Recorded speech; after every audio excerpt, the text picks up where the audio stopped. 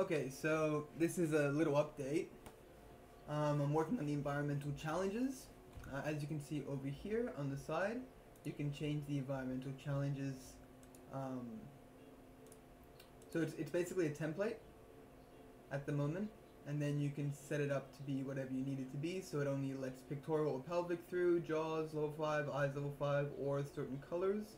So the colors will be the coral gates, the eyes will obviously be the deep sea thing, the jaws might be the mud walls, and then the pictorial and pelvic is to jump out of the water. And you need all the art for us to actually make each individual prefab, but at the moment it's all set up under one. And then that gets set up into this overall thing here, and that's what I was showing in the drawing, which is just a basic big box collider with 3 sections in the corner. And these 3 get they each instantiate an environmental challenge, and as you can see over here, environmental challenge is upper, middle, lower, so you can actually control which ones get instantiated. Each one works on a separate array, so you can populate those any way you like. So these are all currently set up to be pec and pelvic, but this would just show you what it's like. So as you can see, the main spawn box is there, remains there, but the little one, the actual environmental area is moving along at the rate of the background. So let me just quickly feed him up and evolve the pectoral fin. This is the way I get access, right? As you can see, it takes a little while, so bear with me.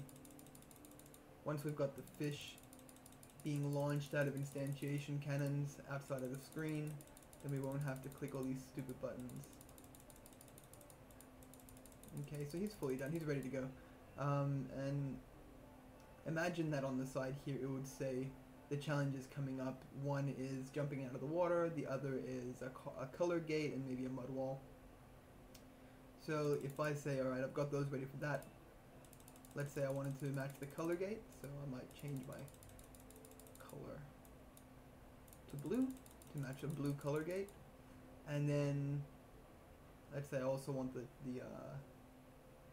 go through a mud wall, so I gotta evolve my jaw to get through the mud. And as you can see, you have plenty of time to kind of evolve what you need to evolve to get through the challenges. It's a big jaw, look at that. It's a beast looking jaw. Alright.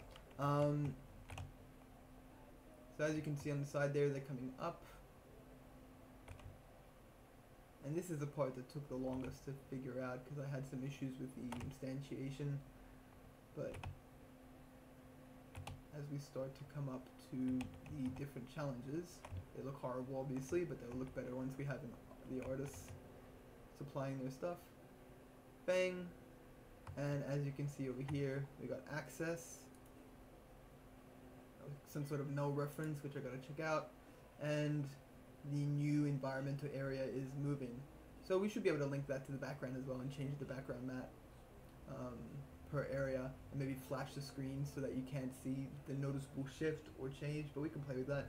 But there's the environmental challenges overall. We've got to create a bunch of different prefabs with different art and different conditions, and then they will get instantiated into this template. Then the environmental area templates, we can make 3 or 4 of those with different backgrounds. I guess that's really all. And maybe we also have to control the fish that get bred, sorry, the fish that appear in the area, and that will be linked to the instantiation cannon. But yeah, that will do that. I've also got food as a prefab now, so let's drop some food in there. Whoa, it slowed down. And as you can see, oh, he's full. Okay, let's evolve. When he's full, it doesn't really do anything. But so when they come out of the cannon, you will also be able to eat the food. And maybe we'll make the food bulb as well. At the moment it isn't working because I'm probably dragging it into an area that isn't in the game. But when you actually have them coming out of the cannon, it'll hit. So that's fine. That's all, I think. That's environmental areas taken care of from a programming point of view. Some more work has to be done, obviously, once we get the art and once we start figuring out exactly how each thing will work. But overall that's there. And you've pretty much got the gene system as well in place. The food's done. I think we're looking pretty good. I think the hardest hurdle that I can see coming up will be actually putting all the art in place and having it work side by side with the gene system, because it's kind of written up at the moment to colorize these boxes and work on the boxes. So I see that being a hurdle, but generally I think we're on point. If you guys could upload your projects, I've already got the background scrolling in place, so that's fine. But maybe the movement controls and the charge control into Dropbox, so that I can just pop it into this project and see how it mixes with everything else.